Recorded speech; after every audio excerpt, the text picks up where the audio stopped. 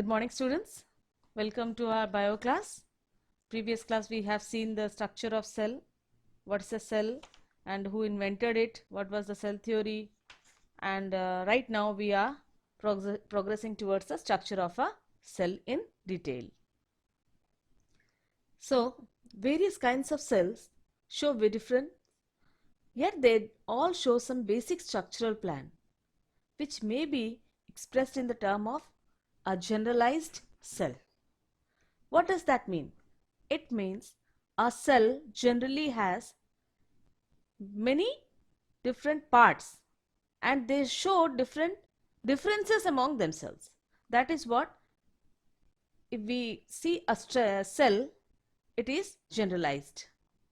A generalized cell consists of three essential parts, such as a cell membrane, which is also called as a plasma membrane, secondly a nucleus, and a cytoplasm.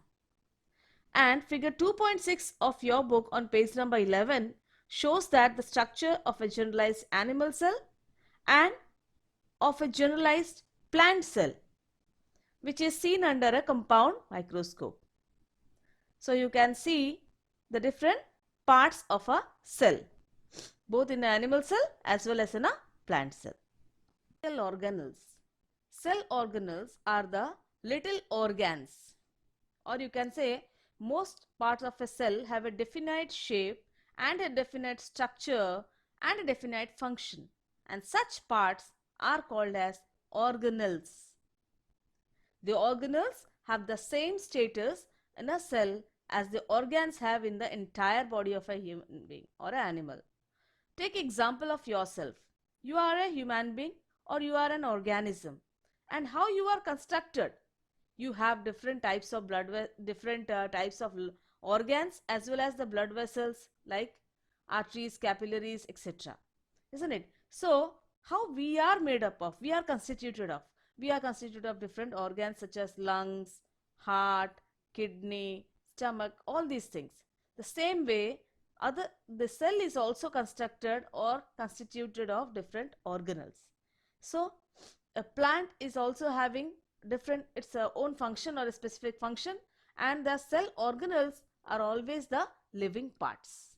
Now let us describe the different parts of an animal cell and a plant cell in detail. So part of a cell are given in the table on page number 11. You see what are the living parts of a cell and what are the non-living parts of a cell. Living parts of a cell is a cell membrane. Then non-living part is a cell wall. And when you come to the cytoplasm, the living parts are endoplasmic reticulum, mitochondria, Golgi apparatus, ribosomes, lysosomes, centrosomes, plastids.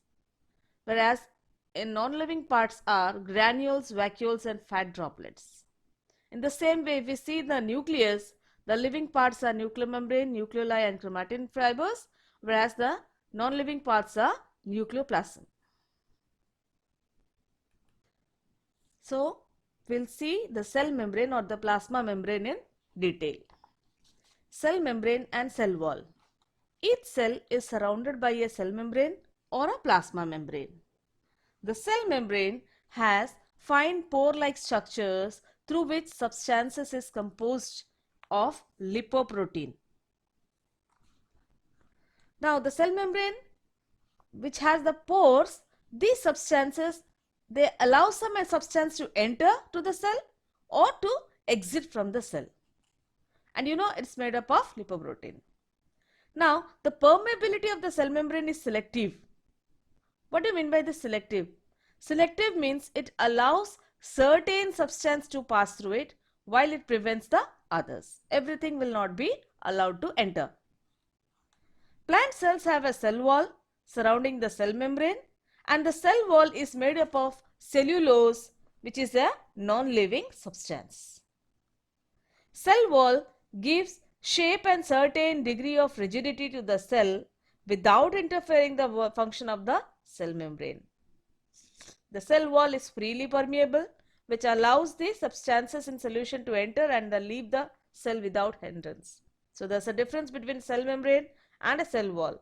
Cell wall allows everything to enter and exit. That means it is freely permeable. Whereas plasma membrane or cell membrane is just the opposite of it. It allows selectively, or the permeability is selective. That means it allows certain substance to enter or to exit, or it prevents the exiting of substances. The plant cell shown in figure 2.6 of your book, page number 11, also shows portions of the cell walls of 6 surrounding cells. A thin little middle layer, which is shown in thick dark line, holds the two adjacent cells together. Now see the examples. Cotton, jute and coconut fibers are the cell walls of their dead cells. This is all about cell wall and cell membrane. Now let us come to the cytoplasm. Cytoplasm is a semi-liquid substance. It occupies most part of the cell within the cell wall, or within the cell membrane.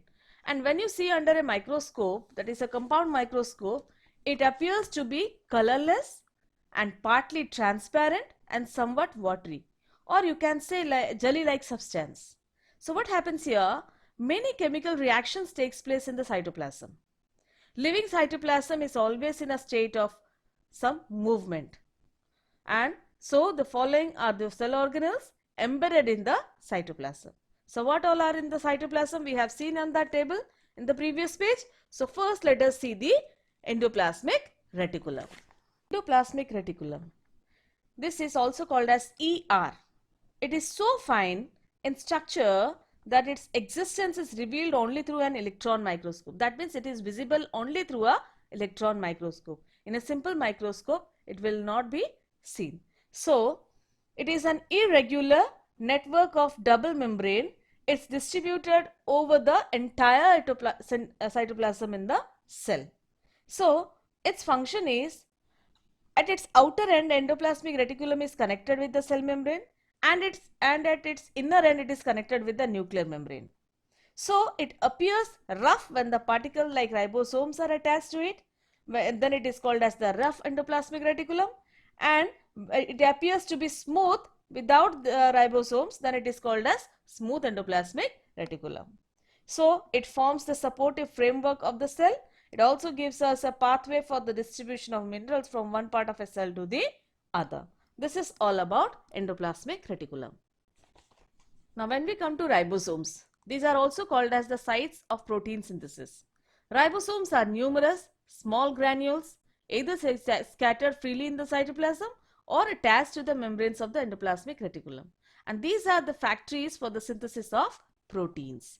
That means when the function of ribosomes is asked, you can write it synthesizes the proteins. Next cell organelle present in the cytoplasm is our mitochondria. Mitochondria is also called as the cell's energy producer. That means the energy provided to the cell is just because of mitochondria. So mitochondria, singular form, it is called as mitochondrion. They are spherical, rod shaped or thread-like. So when they are thread-like, they are called as the mitose. And these are minute double-walled bags with their inner walls produced into finger-like process projecting inwards. That is called as the crista. If you see the figure of a single mitochondria on the screen, you can see. So mitochondria are the sites where cell respiration occurs to release energy. The energy is stored in the form of an energy-rich compound called as ATP, whose full form is adenosine triphosphate, and it is used in various metabolic functions of the cell. And in turn of the body, some people also call mitochondria as the powerhouse of the cell. So this is our Golgi apparatus. This is also called as the delivery system of the cell. Golgi apparatus occurs in the form of granules or sandy structure. It's a filaments or rod shaped, which are supposed to be originated from the endoplasmic reticulum. So these are very small vesicles of different shapes and are generally located near the nucleus. The Golgi complex consists of many small groups of hollow tubular structures with membranous walls and is associated with some minute vesicles or vacuoles. And this is concerned with the secretion of the cell, including enzymes and hormones. So if somebody asks what is the function of Golgi apparatus, you can very easily say that it's concerned with the secretion of cell like enzymes or hormones. Lysosomes, the intercellular digestive center. It's called as the intercellular digestive center. Lysosomes are small vesicles of different shapes containing some digestive enzymes. So they destroy, their enzymes destroy and digest foreign substances around them. They digest the stored food during starvation of the cell, and many damaged cells are rapidly destroyed or dissolved by their own lysosomes. Hence, these are also called as the suicidal bag of a cell. So, lysosome is called as a suicidal bag of a cell. Centrosome and centrioles. Centrosome is found only in an animal cell, whereas it is absent in the plant cell. It's a clear area of cytoplasm close to nucleus, and from which the spindle fibers develop during the cell division, both in the mitotic and meiotic phase of cell division.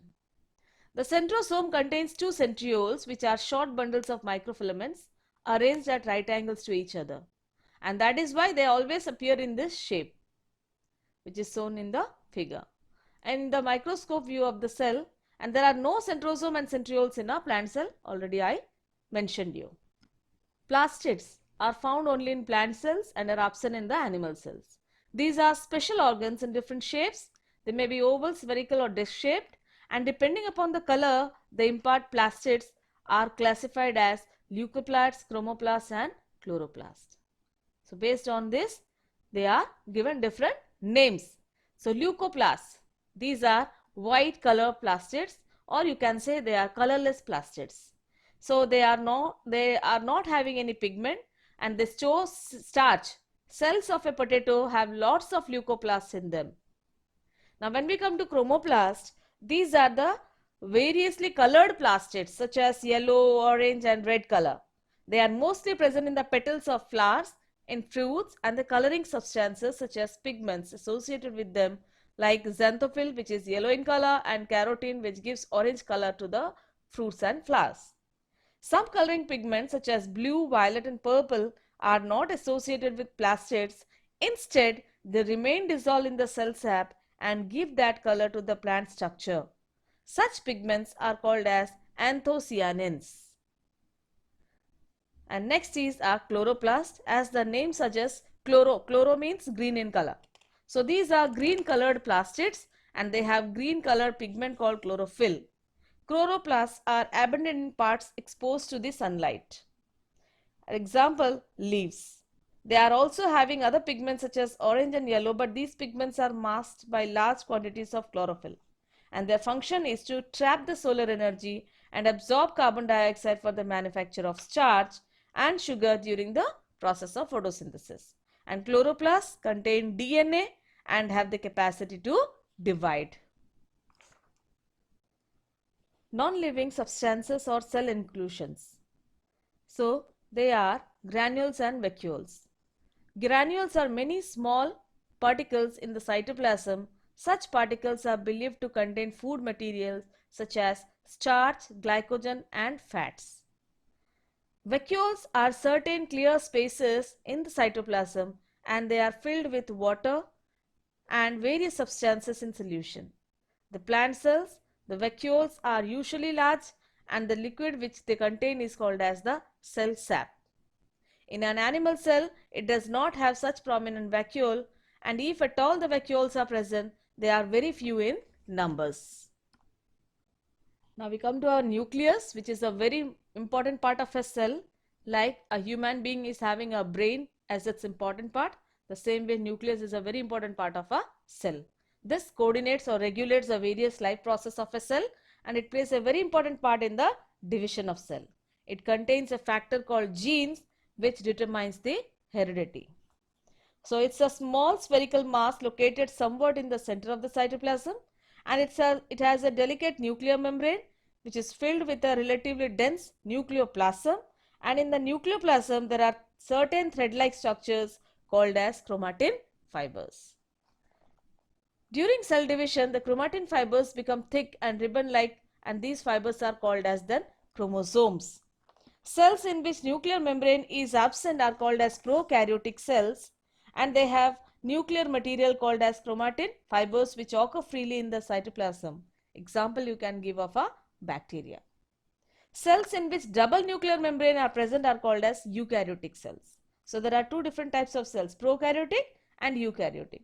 Prokaryotic means they have no nucleus or nuclear membrane is absent, whereas in the eukaryotic it has a double nuclear membrane.